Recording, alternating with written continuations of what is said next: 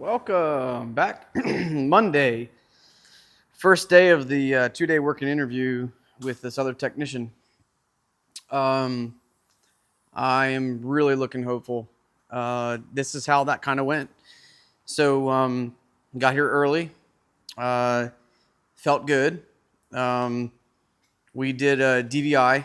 So, what I decided to do when, I told you I posted some cars to work on the ASOG Facebook group. And people are dragging me pretty hard because the options were just not good options, right? And I just don't know. I'm still trying to decide on how I want to go about doing these working interviews. And Turbo Tim Suggs, multi-shop owner, I guess he's a Facebook friend. We did talk before on a couple Zoom calls or a Zoom call, and pretty cool dude. He said for his working interviews, what he does is that they do DVIs, and we just tell them, here's the car, do your digital vehicle inspection, and then we did that. I thought that was a really good idea, and I'm like, yeah, that sounds better than what my options were from the last video. A 95 truck, some crazy Chinese three-wheeler, and customer work or a loaner car. And so we did that. And this time around, it was more controlled, I guess you would say. And we did find some problems that he missed on the DVI. We had some loose outer tie rod ends on this Buick Enclave. He missed those, but everything else that he found was good. And then I checked other things, and I didn't find anything else. So there's some work. Now, he is pretty much most of his career is Honda. Now, he does side work a lot, I guess. He does like some Euro cars. He owns 2 or 3 old like Mark IV and B5 VW and Audi products.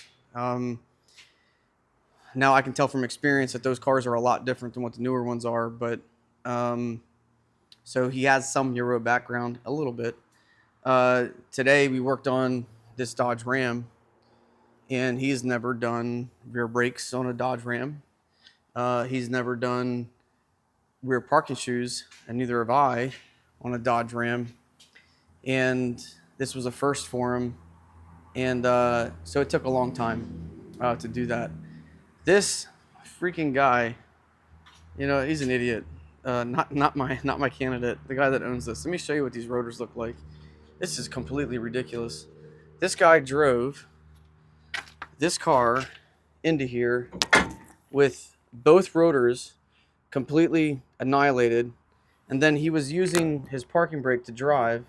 Well, guess what happens when you start putting heat into parking shoes? So that delaminated. Now, my technician knew that we had a problem. My candidate knew that we had a problem. We were going into this a little bit of exploratory, and I found this and I let it go, and I said, hey, I caught that, and I was like, as he went through, I said, did you look at the parking shoes?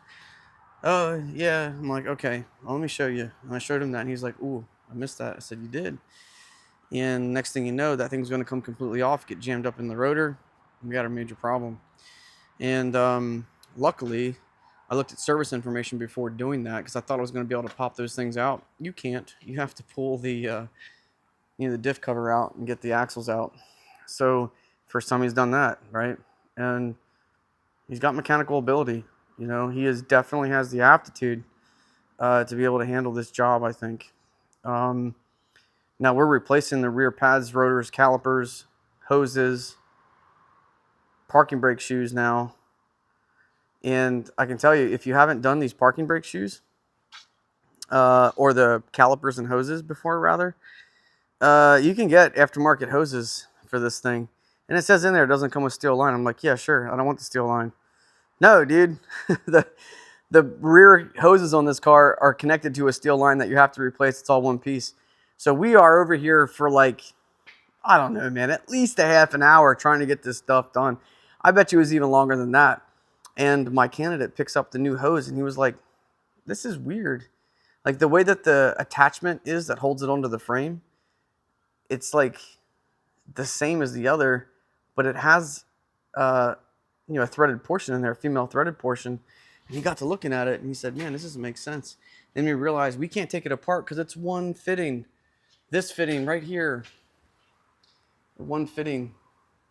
So this line, this metal line that says it's not included, is what you need to replace. So there you go. I'm not a Dodge Ram specialist either, right? So my candidate found that. Never touched one of these. So pretty awesome. Um, we stopped work a little early. I wanted to have a little like powwow at the end, and it was a good conversation. I said, "Do you have any concerns about working here if the job's offered to you?" Right? I made that mistake too about opening my mouth too early. Anytime I talked to him about that, I was like, "If the job's offered to you and you choose to accept the job, what do you think about this or that? What would you like to see changed? What do you?" And so that's one thing I learned. And he says it's more chill here. I don't feel like I'm being rushed. I said, "No, look, don't get it twisted. We have a lot of work here. This isn't a place to come in and just hang out and bill out 30 hours a week. That's not going to happen." And he's like, "No, I get that." I said, "You remember your bonus structure is dependent upon making hours." So, but we have a solid hourly wage. I'm matching what he's making at the dealer right now. Plus, I have a bonus plan in place that will put him beyond what his goals were. Now, I need to revise that a little bit. When I first gave him that idea of pay, the way my bonus structure works, it's probably a little too aggressive because it doesn't leave enough room for growth because he is far from where he needs to be, but he can get there. This kid is pretty freaking smart. I can tell from the first day. So I have to make sure there's a little bit of meat on the bone for growth because I've been pushing my labor rate up to be able to afford higher level technicians. But if he comes in at such a high pay with the bonus plan and structure, his hourly wage is decent, but there's still a lot of room for the hourly pay. But then the bonus would actually end up being like about the same. So the difference is only about $10,000 or $15,000 a year between like where he's at now and where he will be in probably 5 or 6, 7 years. And I don't think that's enough room for growth. So I need to revise that, I think. So that's one thing I need to look into. But I am extremely hopeful. I am pretty sure this is going to work out. If I only had a one-day working interview, he would absolutely have a job offer in writing, by the end of today.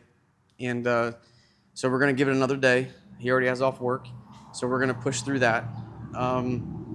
We have a decent amount of work here. We had a couple cancellations, and that's another problem of scheduling out over a week cancellations. And we kind of got screwed up a little bit. One car declined. Car came in for a transmission service, but we do the DVI first. And he said it was pure maintenance. Well, my technician drove it, and it's got a shift flare between second and third gear. Like, oh, yeah, I knew about that. It's like, okay, did you also know that you need 2 outer tie rods and your tires are like unsafe and you need this, this, and this? And so we totaled a car, basically, that came in for a transmission service as a maintenance item. It's the right thing to do. Not that it's totaled. Like anybody can put money into a car, even exceeds the value of the car. It's the right thing to do to let them know what the car needs. I would hate to, you and I both know that there are shops out there that will do the transmission service, collect their money, and let that customer go, right? It's not what we're doing here. Okay, now ultimately they have the choice. If they choose, no, I want you to do the transmission service, I'll take care of the other things. Okay, hey man, I did my job, right? Unless the car is completely unsafe to the point where like you cannot drive it out of this shop, which I've done before. Car came in for an oil service and the rear rotor was like that one I just showed you. Like, yeah, I'm not doing your oil service. We'll do it. No, I'm not going to. I don't want to touch this car. And they were mad. I don't care. Don't come back, right? It's fine with me. And so, two different ways to run a business. I think my way is more ethical. Yeah, it costs us money, but we gain moral money, right? And you can have an emotional win doing it that way. And that emotions matter and ethics matter. So, yeah. The other cars that we had an F-150 cancel. We had one car that declined the repair, another car that declined the repair, and then called back 2 hours later and was like, "Go ahead and do it." 3 hours later, so it was around 3:45. I said, "Hey, do you want to do this job?" It's the one that me and the other tech wrote up. "Do you want to do this?" And he was like, "Yeah, I'll knock it out." This dude put 2 tie rods on. He was able to do it without pulling the wheels off of it. Let me show you something else that's really neat. You guys need to buy one of these things. Let me tell you, man. One of the best tools that I got is this Mueller Cups joint separator. It's expensive. Well, if you buy it off a tool truck, if you get it on Amazon, you can save some money. This guy right here, this thing is amazing. I used to just use a sledgehammer and be done with it until you start damaging aluminum knuckles, and it comes with these other fingers here. This tool is absolutely amazing. All right, and you should probably buy one of those things. So he blasted out 2 tie rods and got the alignment done in like less than an hour. I'm like, dude, this is freaking awesome. It would have been closed out today, but we have to do the state inspection on it, and we have to do 2 wiper blades, and then it'll pass inspection. He was originally going to trade the car in. The transmission, it's on its way out, and I told him, so we can do a trans service and shutter fix. But on top of that, he has 2 vibrations. He's got a torque converter shutter, but there's also something else going on that doesn't feel like a transmission. When you're watching live data, when it starts acting up, there's no trans slip. So there's something else going on. It has 2 new axles in the front end, aftermarket, which I will tell you, we will reboot an axle for a leaking boot. I despise aftermarket axles for this reason. So this customer bought 2 axles from somebody else. It's got a vibration issue, and it's okay. Now you got a vibration, and his complaint is, "I got a vibration." It's like, yeah, that sucks. That's why we don't do those. So if you guys have axles that you guys use and you guys trust, let me know. Let me get away from that light. Let me know, and I can start looking into them. I'm still kind of experimenting. I haven't found any that are a solid go-to for every car out there. This is what I use: the Napa ones, or the API ones, or the Duralast. I've had problems for sure with the Duralast Gold axles, and I had a few different problems, and those are on the cars that I own, because I like to experiment on my own stuff, and I had problems with 2 different ones. One Honda Element and an old Volkswagen Jetta I had a problem with. So anyway, that's what's going on with that one. We knocked it out. He's sitting right now at about just under 8 hours. And with this car right here, with this other work and stuff, it'll push him over. He would have been at about 9.5 or 10 hours for the day, which is what our goal is. So, he has maybe half an hour at the most on that first thing in the morning to be closed out and ready to go. We have 1 car dropped off already. He can get started on that first thing in the morning. I got to figure out what me and the new guy are going to be working on. Maybe we are going to work on the 95 truck, kind of see how he does with some of that. One of the other suggestions I had from posting that on ASOG was if we have correct expectations on that. And I asked him, this is what I wanted, these are the things that I was thinking about having you work on today. And let me explain why. How would you approach this? And that was another suggestion from Nathan Bryant. He's a moderator of, I think, Changing the Industry group. Another swell dude. And he was saying stuff like, if you have the correct expectations, what are we trying to achieve here? For me, it was diagnostic approach. I did not want any of these cars really fixed, right? But he's not being hired as a diagnostician. I saw enough already that I can tell that he is going to be able to turn wrenches. So, let's just see where that takes us, maybe. And so I talked to him about that. This is the 95 truck that I was thinking about doing. I walked out to it and I said, this is this and that. And we talked to him about some of how we would approach it. And so that's still beneficial, but we didn't do that. We worked on customer work, a normal Buick Enclave, right? So yeah, just an update on how the work and interview went. Numbers wise, we're right where we're a little light, but really we're right where we need to be. Pretty happy. We'll see how tomorrow ends. Be nice to get over that $80,000 mark for the month. That would be a very solid number for one technician and me fumbling around in the shop trying to pretend I know what I'm doing. So hopefully that will work out.